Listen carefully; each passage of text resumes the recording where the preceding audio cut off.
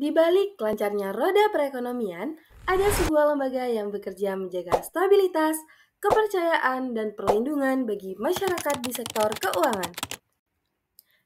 Dan pada kesempatan kali ini, kita akan mempelajari peran lembaga OJK dalam perekonomian. Simak selengkapnya ya.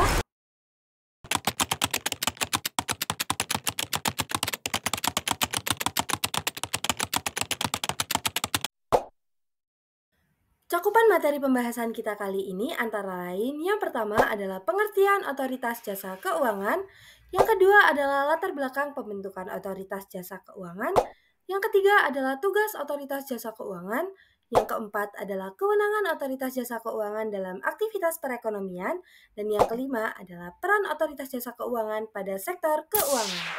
Pertama adalah pandangan dari OJK. OJK adalah otoritas jasa keuangan.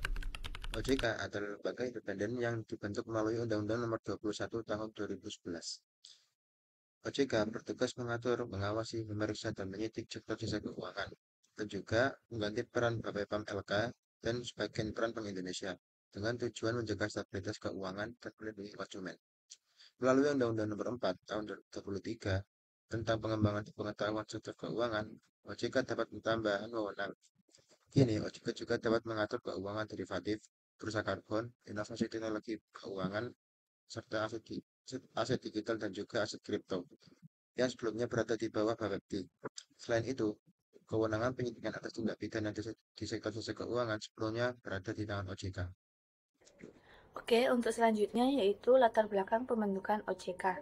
Di sini pembentukan OJK itu didasarkan pada Undang-Undang Nomor 21 Tahun 2011 tentang Otoritas Jasa Keuangan. Undang-undang ini adalah landasan hukum yang mengatur pembentukan OJK sebagai lembaga independen yang bertugas mengawasi dan mengatur seluruh sektor jasa keuangan di Indonesia. Adapun sektor-sektor yang dimaksud ini seperti perbankan, pasar modal, dan sektor jasa keuangan non-bank atau asuransi, dana pensiun, dan lainnya. Awal pembentukan otoritas jasa keuangan berawal dari adanya kebutuhan untuk melakukan penataan kembali lembaga-lembaga yang melaksanakan fungsi pengaturan dan pengawasan di sektor jasa keuangan.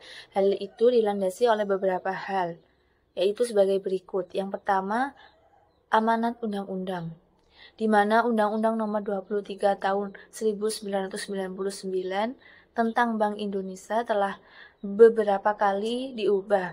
Yang tadinya hanya mengatur dan mengawasi sektor perbankan, diamanatkan untuk melakukan pembentukan lembaga sektor jasa keuangan yang mencangkup perbankan, pasar modal, asuransi, dana pensiun, dan lembaga pembiayaan. 2. Perkembangan industri keuangan. Proses globalisasi dalam sistem keuangan dan pesatnya kemajuan di bidang teknologi informasi telah menciptakan industri keuangan menjadi sangat kompleks, jadi sangat diperlukan suatu lembaga yang mengaturnya. Yang ketiga yaitu perlindungan konsumen.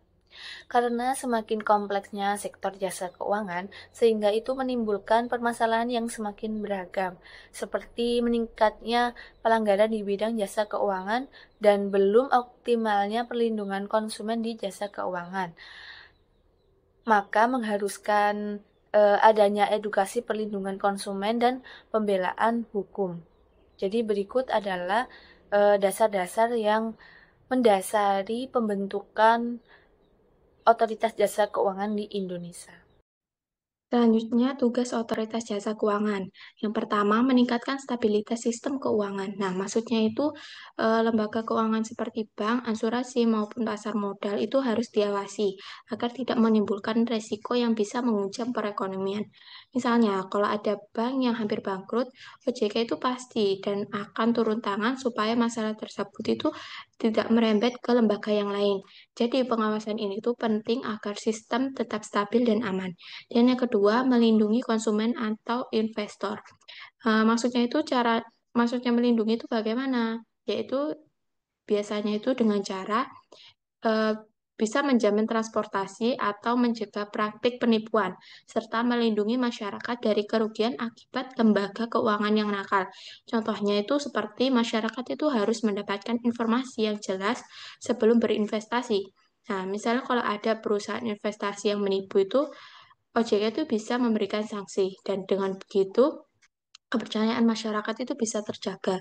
Dan yang ketiga, menciptakan efisiensi pasar keuangan, yakni di mana aturan yang dibuat atau aturan yang berlaku itu memastikan pasar berjalan yang adil, transparan, dan kompetitif. Yang perhatikan semua pelaku pasar punya kesempatan yang sama untuk bertransaksi agar tidak ada pihak yang dimonopolikan dan harga itu bisa terbentuk secara wajar. Nah, maksudnya itu dari sini tuh bisa kita simpulkan bahwa efisiensi yang penting ini supaya pasar keuangan itu bisa berkembang dengan sehat dan mendukung perekonomian. Dan yang keempat atau yang terakhir yaitu menjaga kepercayaan publik. Nah, maksudnya ini itu kepercayaan seperti modal utama dalam dunia keuangan. Nah, kalau misalnya masyarakat itu percaya bahwa sistem keuangan dikelola dengan baik dan diawasi secara ketat, maka mereka akan berani menabung atau berinvestasi serta menggunakan layanan keuangan dengan baik atau dengan kepercayaannya dan dengan adanya pengawasan dari regulator atau OJK tersebut, nah masyarakat akan merasa lebih aman serta hingga stabil sistem keuangan juga terjamin. Selanjutnya ada kewenangan OJK dalam aktivitas perekonomian. Yang pertama, ada pengaturan dan pengawasan mengenai kelembagaan bank, yang dimana itu meliputi perizinan untuk pendirian bank, pembukaan kantor bank, anggaran dasar, rencana kerja, kepemilikan, dan kegiatan usaha kerja. Yang kedua, ada pengaturan dan pengawasan mengenai kesehatan bank. Itu meliputi tentang likuiditas, rentabilitas, silvibitas, kualitas alat, rasio kecukupan, dan modal minimum. Yang ketiga, ada pengaturan dan pengawasan mengenai kesehatan bank. Yang terakhir itu mengenai manajemen risiko, tata kelola bank, prinsip mengenal nasabah, dan anti pencucian uang. Kewenangan OJK dalam aktivitas perekonomian yang selanjutnya adalah pemeriksaan bank, di mana OJK melakukan pengawasan, pemeriksaan, dan penindakan terhadap kebijakan perbankan. OJK berhak 1. Melakukan pemeriksaan langsung maupun tidak langsung terhadap bank. Yang kedua, meminta data dan informasi dari bank terkait aktivitas keuangan, laporan keuangan, serta transaksi tertentu. Yang ketiga, memberikan penilaian kesehatan bank dan menentukan status pengawasan. Apakah pengawasannya itu normal, intensif, atau khusus. Dan yang keempat, menetapkan sanksi administratif jika ditemukan pelanggaran. Bisa berupa teguran, denda, pembatasan kegiatan usaha, hingga pencabutan izin usaha. Dan yang kelima, melindungi stabilitas sistem keuangan dengan memastikan bank beroperasi sesuai prinsip kehati-hatian. Selanjutnya adalah membantu penyelesaian sengketa antara konsumen dan lembaga keuangan. Artinya, OJK itu menjadi pihak yang memfasilitasi antara konsumen dan lembaga keuangan melalui mediasi atau mekanisme lain agar masalah dapat diselesaikan secara adil tanpa harus langsung ke pengadilan. Dan yang terakhir adalah membuat dan menetapkan peraturan di sektor jasa keuangan. OJK berwenang membuat dan menetapkan peraturan di sektor jasa keuangan untuk mengatur, mengawasi, serta memastikan lembaga keuangan itu berjalan dengan sehat, transparan, patuh hukum, dan mampu menjaga stabilitas sistem keuangan. Selanjutnya kita akan membahas tentang peran otoritas jasa keuangan di sektor keuangan. Perannya yang pertama adalah otoritas jasa keuangan memiliki peran penting dalam membuat peraturan atau regulasi, di mana OJK ini berperan menyusun dan menetapkan aturan yang mengatur seluruh aktivitas di sektor keuangan, mulai dari perbankan, pasar modal, hingga asuransi dan dana pensiun. Regulasi-regulasi yang dibuat ini adalah untuk memastikan lembaga keuangan itu beroperasi dengan sehat dan berhati-hati. Tidak hanya itu, aturan-aturan yang dibuat oleh otoritas jasa keuangan ini juga terus diperbarui agar relevan dengan perkembangan teknologi dan juga zaman, termasuk layanan vintage dan juga digital. Peran otoritas jasa keuangan yang kedua adalah otoritas jasa keuangan menjalankan fungsi pengawasan, di mana pengawasan yang dilakukan oleh otoritas jasa keuangan ini dilakukan secara aktif dan berkelanjutan melalui pemeriksaan rutin maupun insidentil terhadap kondisi keuangan, manajemen risiko, serta tata kelola lembaga keuangan. Dengan pengawasan ketat yang dilakukan, otoritas jasa keuangan dapat mendeteksi potensi risiko keuangan lebih awal, sehingga langkah pencegahan juga dapat mereka ambil lebih awal agar masalah tidak menjadi lebih besar dan merugikan masyarakat. Peran otoritas jasa keuangan yang ketiga adalah otoritas jasa keuangan berperan melindungi konsumen jasa keuangan, di mana perlindungan ini diwujudkan dengan memastikan lembaga keuangan memberikan informasi yang jelas, jujur, dan tidak menyesatkan. Bila konsumen dirugikan, otoritas jasa keuangan menyediakan mekanisme pengaduan serta penyelesaian sengketa yang dapat diakses oleh seluruh masyarakat.